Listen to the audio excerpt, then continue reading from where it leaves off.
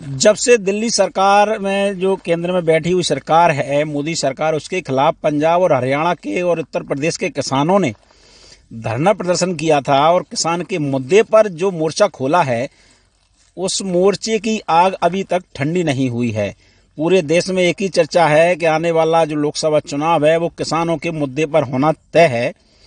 Congress party भी अपना ध्यान पूरी तरह से इस ओर लगाए हुए है कि जैसे भी हो, जो किसान नेता हैं जो कांग्रेस पार्टी से जुड़े हुए हैं उनको ही प्राथमिकता दी जाए, ताकि वो किसान का दर्द भली भांति समझते भी हों और अपनी बात को किसानों तक पूरी तन्मयता के साथ पहुंचा भी सकें। आज हम खेतों पर मौजूद हैं और खेतों पर हम आपकी मुलाकात करा रहे हैं कांग्रेस के ब्लॉक अध्यक्ष बदरवास राजकुमार सिंह यादव जी से। हमें वो खेत पर ही मिल गए थे, हम उनसे जानेंगे। अध्यक्ष जी, बहुत बहुत नमस्कार। धन्यवाद मुकेश जी। सर्वप्रथम मैं दीपावली की शुभकामनाएं आप सभी लोगों को एवं समस्त देशवासियों को देना चाहता हूं। मैं यह कहना चाहता हूं कि एक तरफ भाजपा सरकार किसानों की आय दुगनी करने जा रही थी 2022 में, दूसरी तरफ सबसे ज़्यादा परेशान है तो किसान है, वो है चारों तरफ से घिरा हुआ है। पहली समस्या उसको बीज गुणवत्ता का नहीं मिलता है। दूसरी समस्या उसे कीटनाशक दवाइयों का नकली भंडारण पूरे शहरों में भरा पड़ा है, उस पर कोई कार्रवाई नहीं होती। उसके बाद तीसरी समस्या खाद की समस्या। खाद में लाइन लगते लगते वह बहुत परेशान हो गया था। अभी हाल का मैं उदाहरण दे रहा हूँ कि एक सोसाइटी में एक ट्रक आया करीब शासकीय गोदामों में खाद में, उसमें लगभग 400 बैग आते हैं और एक सोसाइटी में 20 ग्राम आते हैं। 2000 कम से कम कृषक रहते हैं। आप बताइए कैसे वितरण है इनका? वितरण व्यवस्था सही ना होने से और ब्लैक में बेचा जा रहा है। और बबूत नाम से बबूसी दे दी जा रही है। बिल्कुल बिल्कुल यही हालत है। और 2 रैक आ चुकी हैं और प्रथम में बदरवास में प्रथम रैक में सारा का सारा खाद पूरे एक बदरवास जो शासकीय डिपो है उसमें रख दिया था, जबकि हर सोसाइटी में उनको भेजना था जिससे पर्याप्त वितरण हो जाता था, मगर उसको भेजा नहीं। अभी बदरवास ब्लॉक की आपने चर्चा चलाई। बदरवास ब्लॉक से मुझे एक फोन आया था एक किसान का ही कि मड़वासा में खाद रखा हुआ है मगर बांट नहीं रहे हैं। हाँ बिल्कुल होगा, निश्चित होगा। हम मांग कर रहे हैं तो वो कह रहे हैं कि नहीं दिखाए कहाँ जाओ, शिकायत करने कहाँ जा रहे हो। इस तरह के मामले सामने आए तो आपकी पार्टी ने इस पे मोर्चा क्यों नहीं खोला? बिल्कुल खोला था मोर्चा, हमने ज्ञापन भी दिया था शिवपुरी में। जिला कांग्रेस अध्यक्ष जी और हमने किसान कांग्रेस के नेतृत्व में पिछले दिनों हमने शिवपुरी जिले में ज्ञापन दिया। उनने आश्वासित भी किया था कि अब व्यवस्था सुधार दी जाएगी, जबकि उसमें कोई सुधार की गुंजाइश नहीं देखिए किसान ने हताश होके कुछ भी नकली खरीद के खाद और अब बोनी पे लगा हुआ है। बिल्कुल। तीसरी समस्या किसान की, जब वो फसल बेचने जाता है तो उसको फसल का भाव ही नहीं मिलता है सही। 10,000 का सोयाबीन लेकर और आज 3500 और 4,000 में बेच रहा है। आप बताइए उसकी कैसे पूर्ति हो रही है? लागत तो दुगनी हो रही है मगर फसल बेचने जाता है तो वो घट जाती है ना। मैं ये पूछना चाह रहा हूँ आपसे कि आप इतने सालों से राजनीति में हैं, कांग्रेस पार्टी भी आज़ादी के समय से ही चली आ रही है, राज भी किया उसने सबसे ज़्यादा, तो उसने ठोस कदम ऐसे क्यों नहीं उठाए कि किसानों को आज ये आफत झेलनी पड़ रही है? पहले भी तो इंतजाम हो सकते थे। आपकी पार्टी ने क्या किया?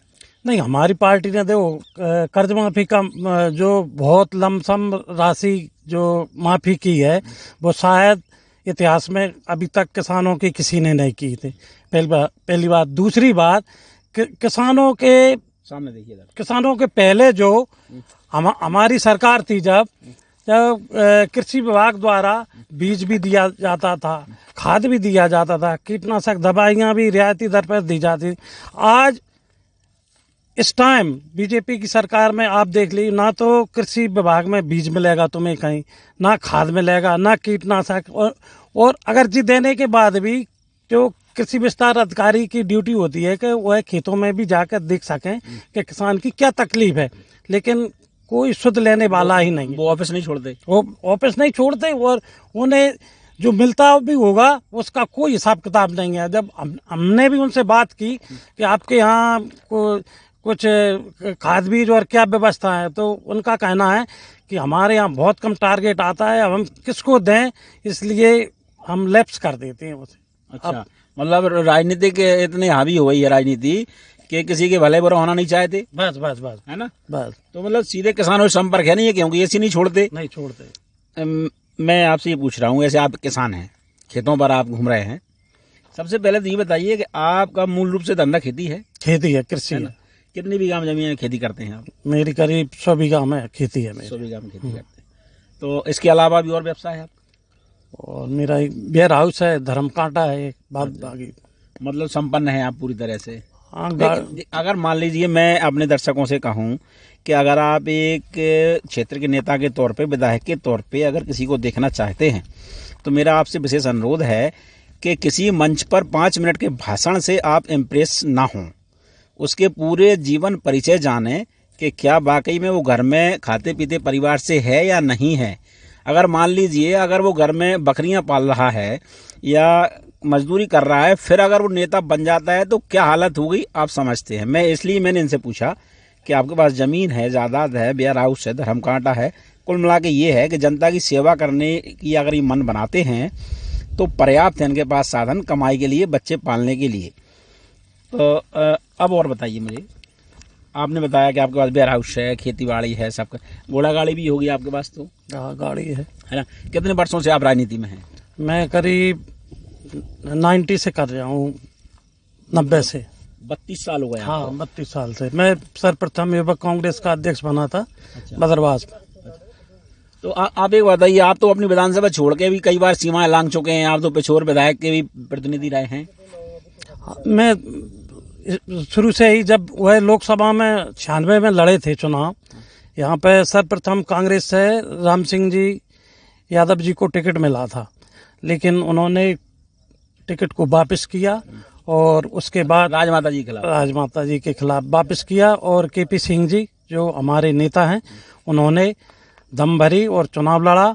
और उसके बाद मैं 1996 से उनके संपर्क में जुड़ गया।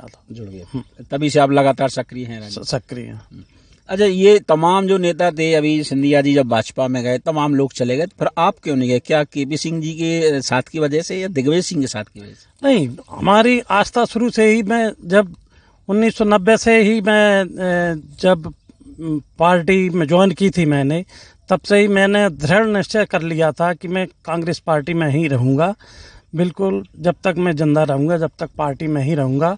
और चूँकि केपी सिंह जी और एक हमें मजबूत हमारे नेता मिल गए, तो हमें काम करने में बहुत अच्छा लग रहा है जब से ही। और भले ही अब सत्ता तो आती जाती रहती हैं, लेकिन जो जनसेवा का जो है वो करता रहता है। मैं 3 बार मार्केटिंग सोसाइटी का अध्यक्ष भी रहा हूँ कोलारस से, और एक वोट से जनपद कोलारस में एक वोट से चुनाव करीब, मतलब पिछली पंचवर्षीय। हाँ। जबकि अगर कांग्रेस पार्टी की सत्ता होती तो निश्चित रूप से जनपद जनता का और सेवा का मौका मिलता आपको ग्राम पंचायत। बिल्कुल मिलता। अब जो राजनीति है त्रिस्तरीय पंचायतों की, वहाँ पर भी हमेशा सक्रिय रहते हैं, जनपद हो, जिला पंचायत हो, सरपंच, इसमें भी आपने हमेशा भूमिका निभाई है। तो क्या मानते हैं आप, निचले स्तर पर राजनीति करने से ही बड़े स्तर के नेताओं को आसानी हो जाती है, या फिर डायरेक्ट ऊपर से आना पैराशूट के जरिए? तो निचले स्तर से जो राजनीति करके ऊपर आता है, वो भली भांति समझता है कि आखिर गांव में दुख दर्द कितना है, कितना मजदूर की हालत क्या है, किसान की हालत क्या है, युवाओं को रोजगार की क्या ज़रूरत है। और जो सीधे हवाई जो नेता सीधे ऊपर से आते हैं, उनको कोई आता पता नहीं रहता। वो तो चंद्र समय के लिए अपनी भावना जरूर बता सकते हैं कि मैं ऐसा कर दूंगा, चमक दमक, बाद बाकी वो उसके बाद में रिजल्ट कुछ निकलने वाला। विधानसभा चुनाव आने वाले हैं, विधानसभा चुनाव में क्या रणनीति है आपकी? विधानसभा चुनाव में हमारा पार्टी का सर्वे चल रहा है पूरी तरह से, और जो पार्टी निर्णय लेगी, जिसको भी टिकट देगी, उसके साथ सारे कार्यकर्ता एक साथ रहेंगे। बशर्ते जो पिछले जो 3 साल पहले जो गद्दारी करके पार्टी छोड़कर गए थे, उनकी घर वापसी नहीं आना चाहिए बशर्ते। मतलब ये संगठन को चेतावनी भी है है ना? नहीं, संगठन वालों को सबको पता है ऊपर भी और जानकारी भी है। और अगर मान लीजिए कोई बड़े नेता हैं, वो सीधे आ जाएं कि चलिए भाई अब मैं आपका हाथ थाम लेता हूं और जीत की संभावनाएं बढ़ जाएंगी, तो नहीं, यदि मान लो बड़े नेता या संगठन वाले करते हैं तो कार्यकर्ताओं को विश्वास में लेकर किया जा सकता है। लेकिन ऐसा नहीं है कि कार्यकर्ताओं को पता ही नहीं है और सीधा थोपा जाए तो उससे रिजल्ट ठीक थोड़ी निकले। नहीं, संगठन बखड़ जाएगा उससे। हाँ, एक बात बताइए, घर में 4 सदस्य होते हैं, किसी को दाल पसंद है, किसी को आलू की सब्जी पसंद है, किसी को कुछ और सब्जी पसंद है, किसी को पनीर पसंद है। ये बात तो आप भी जानते हैं।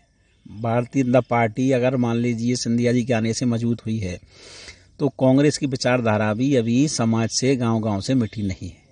उसको ख़त्म ना समझा जाए, ये तो आप बखूबी मानते हैं। संभावनाएं कितनी बढ़ जाती हैं कि पंचायत चुनाव के बाद कि हाँ अब 2 गुट हो गए हैं, 1 गुट तो अपन को मिलना ही है, हर कोई सोचता है।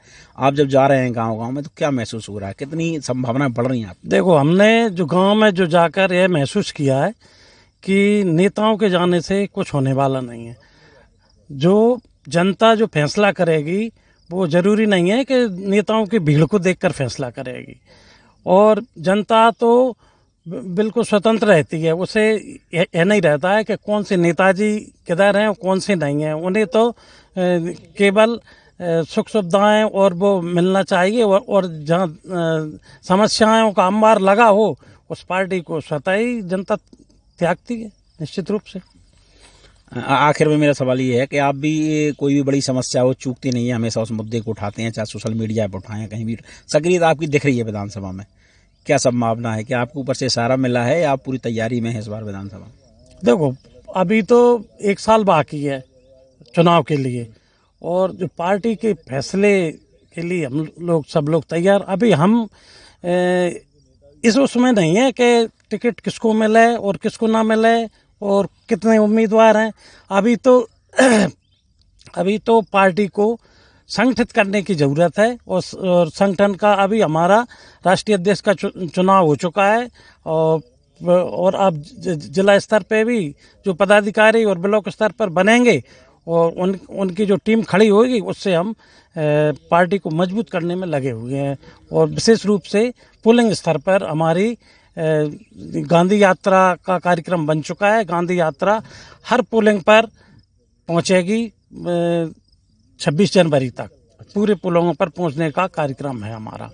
अभी आपने जिक्र किया कि कार्यकारिणी दोबारा से बन रही है, नए राष्ट्रीय अध्यक्ष बने हैं, तो ये जिला अध्यक्ष की रेस में आप अपने आप को मानते हैं? नहीं, ये फैसला तो हमारे आप मानते हैं क्या? नहीं, जिला अध्यक्ष की रेस में मैं नहीं हूँ, क्योंकि मेरा फोकस कोलारस तरफ ही है। और मैं यहीं अपनी सेवा करना चाहता हूँ। पार्टी अगर आपको मौका देती है विधानसभा स्तर पर चुनाव लड़ने के लिए, तो क्या आप तैयार हैं? हाँ, पार्टी यदि मौका देती है तो निश्चित रूप से हम सभी कार्यकर्ताओं से के साथ मिलजुल कर तैयार रहेंगे। हमारी शुभकामनाएं आपके साथ हैं। हम उम्मीद करते हैं कि जल्द आप भोपाल में हमारे क्षेत्र का नेतृत्व करते हुए दिखाई दें। धन्यवाद। तो ये थे ब्लॉक अध्यक्ष बदरवास राजकुमार सिंह यादव जी। उनकी बातों से आत्मविश्वास की जो झलक है वो आपको महसूस हो रही होगी। मैंने महसूस की है बिल्कुल पास से इंटरव्यू करते हुए। आप भी उनकी बातों से ज़रूर महसूस करेंगे कि आने वाले समय में जो लोग ये समझ रहे हैं कि कांग्रेस अब धीरे धीरे विलुप्त हो रही है, वो ऐसा बिल्कुल भी नहीं है। जितनी मजबूती के साथ ये पार्टी को आगे बढ़ा रहे हैं, उसका जो असर है आपको विधानसभा चुनाव में जरूर देखने को मिलेगा। और एक जोरदार टक्कर इस बार मध्य प्रदेश में भाजपा और कांग्रेस के बीच होने वाली है। हम भी उसके गवाह रहेंगे। आप भी रहिएगा हमारे साथ, जुड़े रहिए कोला सलचल के साथ। मुझे मेरे साथी काना के साथ आगे दीजिए। नमस्कार।